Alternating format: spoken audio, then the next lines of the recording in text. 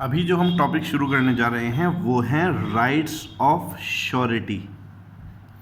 हम श्योरिटी के अधिकारों की बात कर रहे हैं। जब श्योरिटी के अधिकारों की बात कर रहे हैं तो यहाँ ये सवाल उठता है कि श्योरिटी के अधिकार तो किसके खिलाफ। जब हम श्योरिटी के अधिकारों की बात करते हैं कि श्योरिटी के अधिकार, तो बात आती है श्योरिटी के अधिकार तो किसके खिलाफ। तो यहाँ पर इस डायग्राम पे यदि हम गौर करें तो हम देख सकते हैं यहाँ पर जो श्योरिटी के राइट्स हैं उन्हें 3 हिस्सों में बांटा गया है। श्योरिटी के राइट्स प्रिंसिपल डेटर के खिलाफ, श्योरिटी के राइट्स क्रेडिटर के खिलाफ, और तीसरा श्योरिटी के राइट्स बाकी को श्योरिटीज के खिलाफ। तो पहला पॉइंट है श्योरिटी के राइट्स प्रिंसिपल डेटर के खिलाफ। प्रिंसिपल डेटर के खिलाफ श्योरिटी के पास अधिकार हैं सब्रोगेशन और इंडेमनिटी के।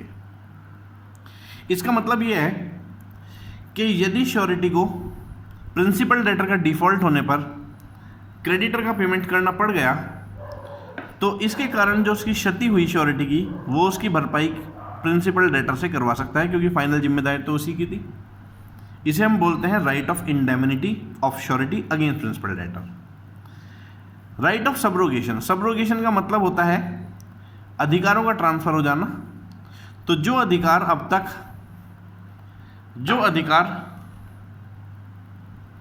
अब तक थे क्रेडिटर के पास, वो सारे अधिकार सब्रोगेट हो गए, श्योरिटी को ट्रांसफर हो गए एक तरह से।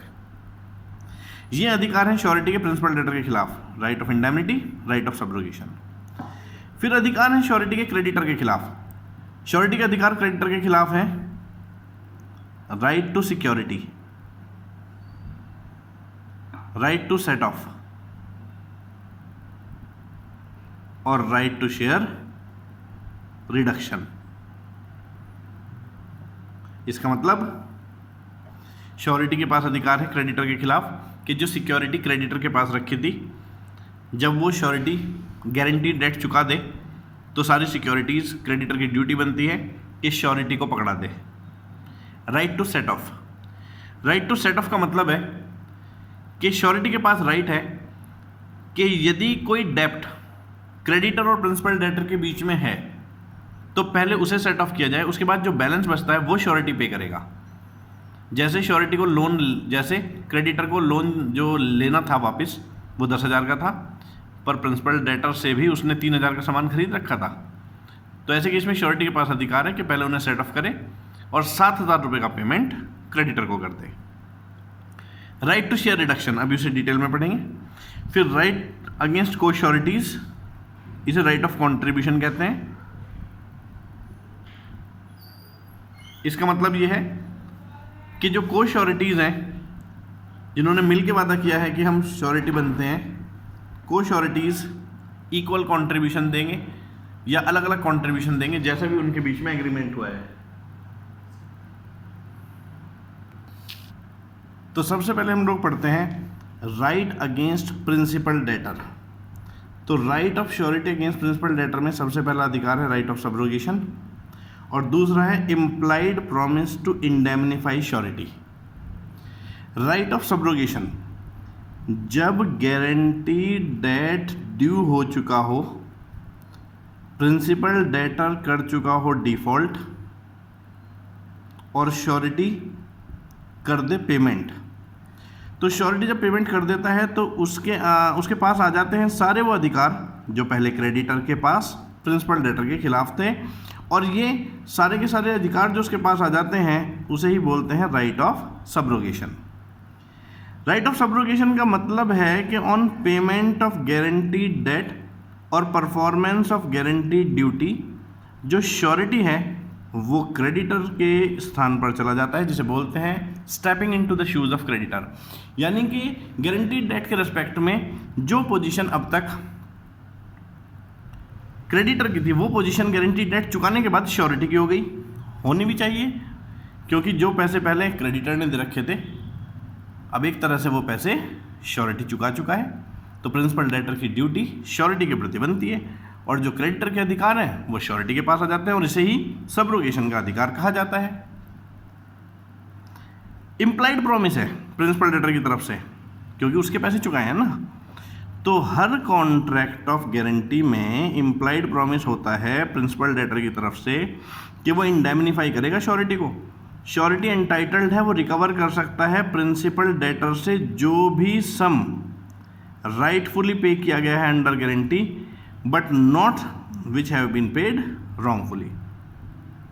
तो जो भी वो वैलिडली चुका के आया है प्रिंसिपल डेटर के बिहाफ पर, प्रिंसिपल डेटर से रिकवर करने का उसे अधिकार है। जैसे बी इंडेप्टेड है सी को और ए है श्योरिटी। सी डिमांड करता है पेमेंट ए से और वो कर देता है उसे मना। B is indebted to C, B is indebted to C and A is surety, यानी कि ये हुआ प्रिंसिपल डेटर, ये क्रेडिटर और ये श्योरिटी।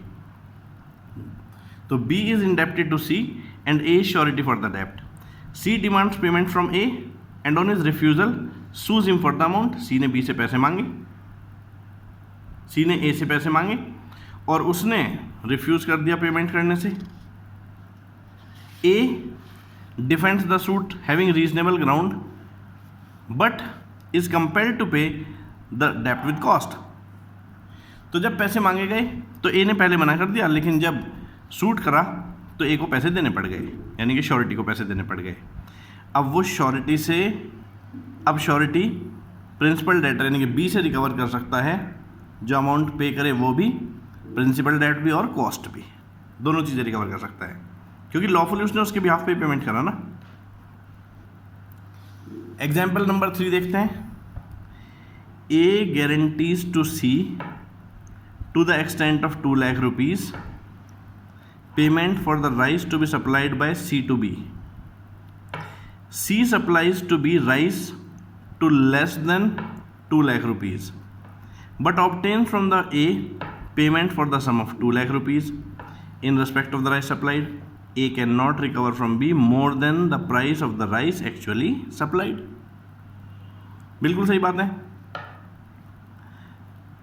C है क्रेडिटर, B है प्रिंसिपल डेटर और ए है श्योरिटी।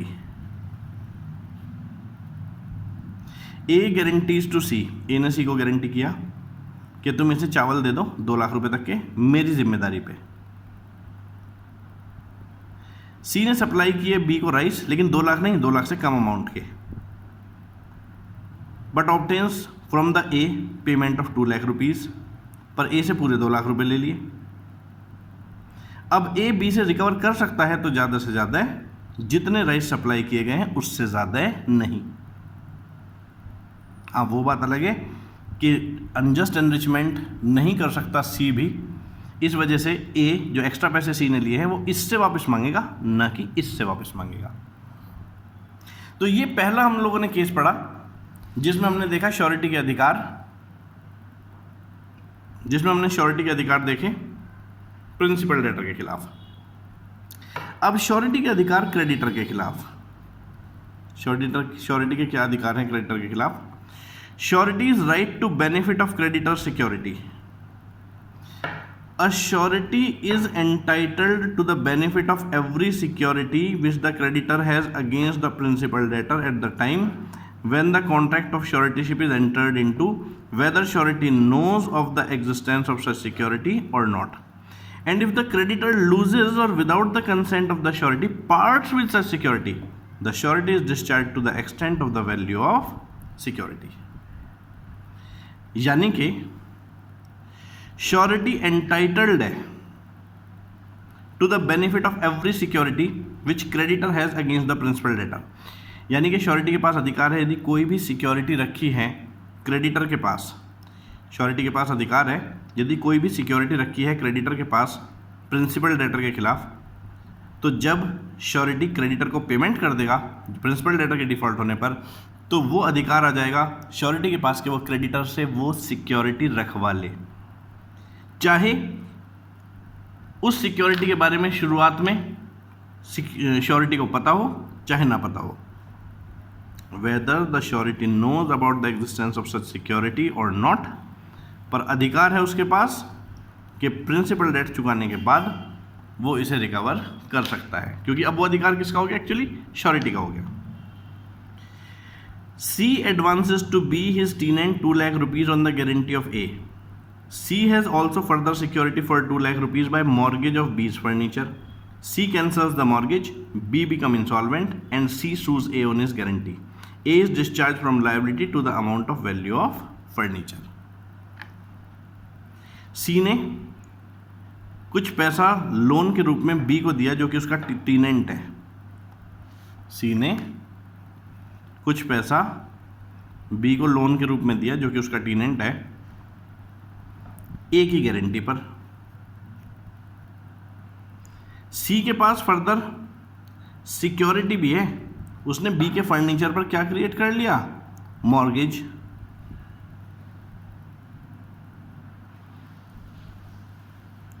बाद में C ने मॉर्गेज कर दिया कैंसिल, अब B हो गया इंसॉल्वेंट और C ने A को सू किया, तो अब A फर्नीचर के अमाउंट के बराबर लायबिलिटी से डिस्चार्ज हो जाएगा, क्योंकि इसने मॉर्गेज कैंसिल कर कर A का रिस्क बढ़ा दिया, तो A उतने अमाउंट से तो डिस्चार्ज हो ही जाएगा। तो ये अधिकार है श्योरिटी का क्रेडिटर के खिलाफ। Third example, A as surety for B makes bond jointly with B to C to secure loan from C to B. After C obtains from B further security for the same debt, subsequently C gives up the further security, A is not discharged. अब देखो क्या हुआ, A as a surety for B makes, अब A surety है, B principal debtor है और C creditor है। A as a surety for B makes a bond jointly with B to C. अब हुआ क्या कि C ने जब लोन दिया B को, तो जॉइंट बॉन्ड बनाया B प्लस A ने C के साथ। इससे तो ये लग रहा है कि इन दोनों को मिलके पैसे देने हैं, क्योंकि क्या लिखा है, बॉन्ड जॉइंटली बनाया गया। A as a surety for B makes a bond jointly with B to C. तो यानी कि हुआ क्या, अब C के प्रति तो दोनों ही पार्टी प्राइमरीली लायबल है। हाँ, ये नहीं देगा, ये तो देगा ही, वैसे मिलके भी देने। Afterward C obtains from B a further security for the same debt. बाद में C ने एक और सिक्योरिटी रखवा ली, पर C ने वो सिक्योरिटी गिव अप कर दी, A डिस्चार्ज नहीं हो जाएगा, A इज नॉट डिस्चार्ज। क्यों? क्योंकि ये श्योरिटी के रूप में तो लायबल है ही, प्राइमरी पार्टी रूप के रूप में भी तो लायबल है, इसी वजह से यहां पर ये डिस्चार्ज नहीं होगा सिक्योरिटी के लौटा देने पर से। तो अधिकार है प्रिंसिपल डेटर का क्रेडिटर के खिलाफ, अधिकार है प्रिंसिपल डेटर का, वो अधिकार है श्योरिटी का, अधिकार है श्योरिटी का क्रेडिटर के खिलाफ। पहला अधिकार सिक्योरिटीज के प्रति, दूसरा अधिकार सेट ऑफ, ये हो गया फर्स्ट, ये हो गया सेकंड। सेट ऑफ का क्या मतलब है? सेट ऑफ का मतलब है, एग्जाम्पल देखते हैं, ये हो गया क्रेडिटर, इसने दिया 10,000 रुपीज़ का लोन प्रिंसिपल डेटर को, जिसकी गारंटी दी श्योरिटी ने कि ये चुका देगा, नहीं चुका पाया तो मैं तो चुका ही दूंगा। अब इसने कर दिया डिफॉल्ट, तो ऐसे केस में यहां पर श्योरिटी के पास सेट ऑफ का अधिकार है।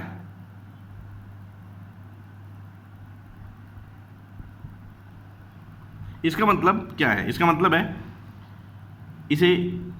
इसने 10,000 रुपये दे रखे थे, पर C मान लो 2,000 रुपये का सामान प्रिंसिपल डेटर की दुकान से खरीद लाया है, और पैसे नहीं दिए, तो इसका मतलब कुल मिला के इसने इसे 10,000 रुपये दिए, इसने इसे 2,000 का सामान दे रखा है, तो इसका मतलब कुल मिला के तो 8,000 रुपये बैठते हैं।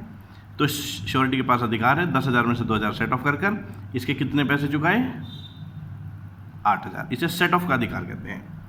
यहाँ प्रिंसिपल डेटर या क्रेडिटर सेट ऑफ से मना नहीं कर सकता, तो ये अधिकार है श्योरिटी का अगेंस्ट क्रेडिटर, सेट ऑफ का अधिकार। If the creditor sues the surety for the payment of principal debtor's liability, surety may have the benefit of set off if any that the principal debtor has against the creditor। अच्छा जी, right to share reduction, third point, right to share reduction. Surety has right to claim proportionate reduction in his liability if principal debtor becomes insolvent.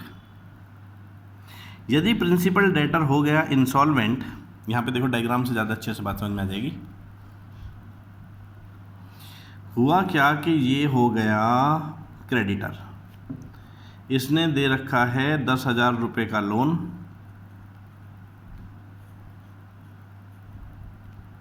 Principal debtor को, जिसकी guarantee दे रखी है surety ने। अब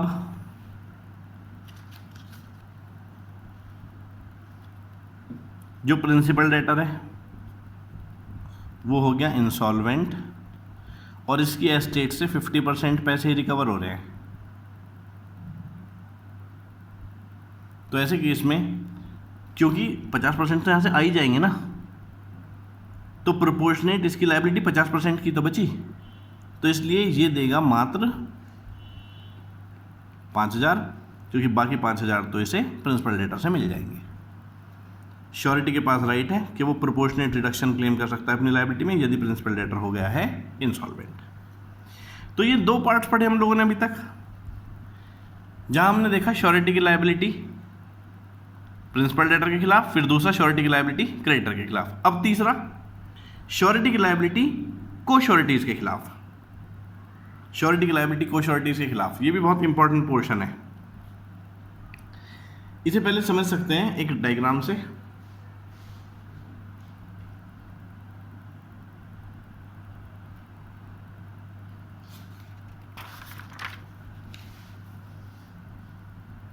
देखो, जो लायबिलिटी है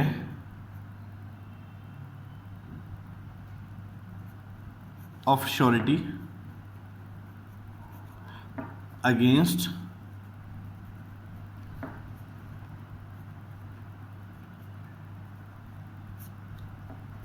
को-श्योरिटीज, liability of surety against co-sureties. अब दो केस हो सकते हैं, एक बाउंड इन इक्वल सम्स, दूसरा बाउंड इन डिफरेंट सम्स।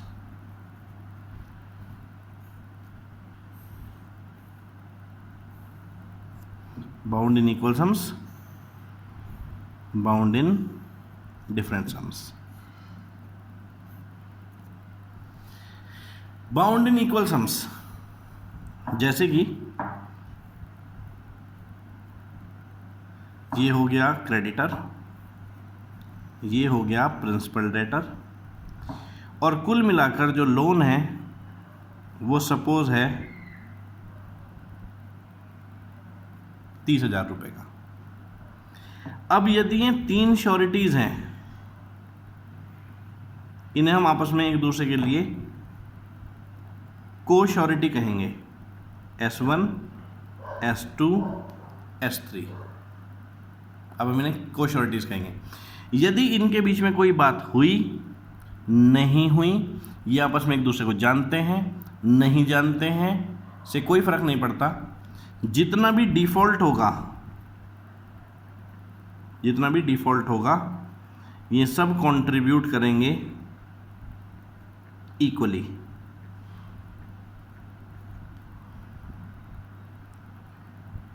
इसे हम बोलते हैं बाउंड इन इक्वल सम्स। तो यदि कुछ नहीं कहा तो बाउंड इन इक्वल सम्स, और कह रखा है कि इक्वली बांटेंगे तो इक्वली बांटेंगे जितना भी डिफॉल्ट होगा। पर कभी कभी ऐसा नहीं होता, कभी कभी ना बाउंड इन डिफरेंट सम्स होती हैं sureties. Bound in different sums का क्या मतलब है? ये हो गया क्रेडिटर, ये हो गया प्रिंसिपल डेटर, और ये हो गए 3 श्योरिटी, S1,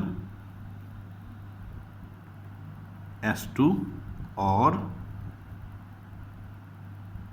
S3। मान लो डेट है 60,000 रुपये का। S1 ने साफ कह दिया था कि मेरी जिम्मेदारी 10,000 रुपये से ज़्यादा नहीं होगी। S2 ने कह दिया था मेरी जिम्मेदारी 20,000 रुपये से ज़्यादा नहीं होगी, और S3 ने कह दिया था मेरी जिम्मेदारी 30,000 रुपये से ज़्यादा नहीं होगी। यदि तीनों ने इस तरह से एग्रीमेंट कर रखा है तो ऐसे केस में ये लायबल कैसे होंगे? तो लॉ कहता है कि co surety are liable to contribute equally subject to maximum amount guaranteed. Co-sureties are liable to contribute equally subject to maximum amount guaranteed. इस बात का क्या प्रभाव पड़ेगा? उन्होंने कहा कि वे बराबर बराबर बांटेंगे पर अपने अमाउंट से ऊपर किसी की लायबिलिटी नहीं होगी। इसमें अलग अलग केसेस हो सकते हैं। पहला, यदि डिफॉल्ट हुआ 30,000 रुपये का, यदि डिफॉल्ट हुआ 30,000 रुपये का तो S1 10,000 रुपये देगा, S2 वो भी 10,000 रुपये देगा, और S3 भी 10,000 रुपये देगा। S1, S2, S3 कितने कितने रुपए देंगे? 10,000, 10,000 और 10,000 इक्वली। लेकिन यदि डिफॉल्ट हुआ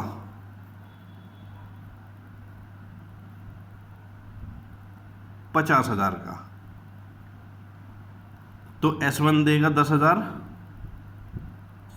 S2 देगा 10,000, S3 देगा 10,000, पर पहले की तो लिमिट आ गई पूरी 10,000 की, बचे 20,000। तो ऐसे केस में 20,000 को फिर बराबर बराबर 10,000 और 10,000, यानी कि इस बार जो अमाउंट पेबल होगा वो होगा 10,000, 20,000 और 20,000। लेकिन यदि सारे अमाउंट का डिफॉल्ट हो गया पूरे 60,000 का,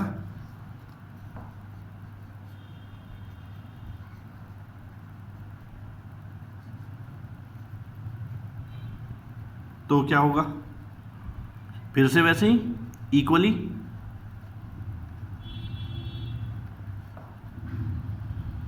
पहले की लिमिट आ गई, बचे 30,000, पर अब 15,000 में तो इसकी लिमिट क्रॉस हो जाएगी, तो इसीलिए इसकी लिमिट आ गई और फिर इसकी लिमिट आ गई। तो इस बार पेमेंट होगा 10,000, 20,000 और 30,000। इसे हम बोलते हैं liability of surety against co surety bound in different sums. Co surety are liable to contribute equally but subject to maximum amount guaranteed. इसी बात को यहां पर एक्सप्लेन किया गया। पहला, राइट अगेंस्ट को श्योरिटीज। तो हम श्योरिटी के अधिकार को श्योरिटीज के खिलाफ देख रहे हैं, और को श्योरिटी का मतलब क्या है? को श्योरिटी का मतलब है जब सेम डेट या ड्यूटी गारंटी की जाती है 2 या 2 से ज़्यादा पर्सन्स के द्वारा, ऐसे पर्सन्स को हम को श्योरिटीज कहते हैं। को श्योरिटीज इक्वली कंट्रीब्यूट करने के लिए लायबल होते हैं। इक्वालिटी ऑफ बर्डन ही तो को श्योरिटीशिप का आधार है। जब 2 या 2 से ज़्यादा पर्सन को श्योरिटीज होते हैं सेम डेप्ट के लिए या ड्यूटी के लिए, जॉइंटली या सेवरली, चाहे सेम चाहे डिफरेंट कॉन्ट्रैक्ट्स के तहत, चाहे वे एक दूसरे को जानते हों चाहे ना जानते हों, co sureties in the absence of any contract to contrary liable होते हैं आपस में पे करने के लिए इक्वल शेयर ऑफ होल डेब्ट। यहां पर ABC श्योरिटीज हैं, डी को 3 लाख रुपए जो ई को दिए गए हैं। ई ने डिफॉल्ट कर दिया तो ABC 1 लाख रुपए के लिए जिम्मेदार रहेंगे। क्यों? क्योंकि इक्वली। लेकिन कभी कभी लायबिलिटी को श्योरिटीज की होती हैं डिफरेंट सम्स में। जो प्रिंसिपल ऑफ इक्वल कंट्रीब्यूशन है वो है तो यहां पर भी, लेकिन subject to maximum limit fixed by the surety in his liability. Co sureties जो बाउंड होते हैं डिफरेंट सम्स में, वो लायबल होते हैं, वे इक्वली पे करते हैं, लेकिन जब उनकी लिमिट आ जाती है तो बस वो वहां पर रुक जाते हैं, जैसे हमने यहां पे एग्जाम्पल में देखा था। जैसे ABC श्योरिटीज हैं डी के लिए, उन्होंने 3 डिफरेंट बॉन्ड साइन करे, 1 लाख का, 2 लाख का, 4 लाख का, और उन्होंने ई की ड्यूली अकाउंटिंग डी को दी, यानी कि ई हो गया प्रिंसिपल डेटर, डी हो गया क्रेडिटर। अब डी ने डिफॉल्ट कर दिया 4 लाख रुपए का, तो ऐसे केस में ए देगा 1 लाख रुपए और बी और सी देंगे 1.5 लाख रुपए। क्यों? क्योंकि ए की लिमिट तो यहीं पर आ गई थी, equal subject to maximum limit. इस प्रकार से यहां पर जो इंडेमनिटी गारंटी का चैप्टर है वो हो जाता है समाप्त। Thank you.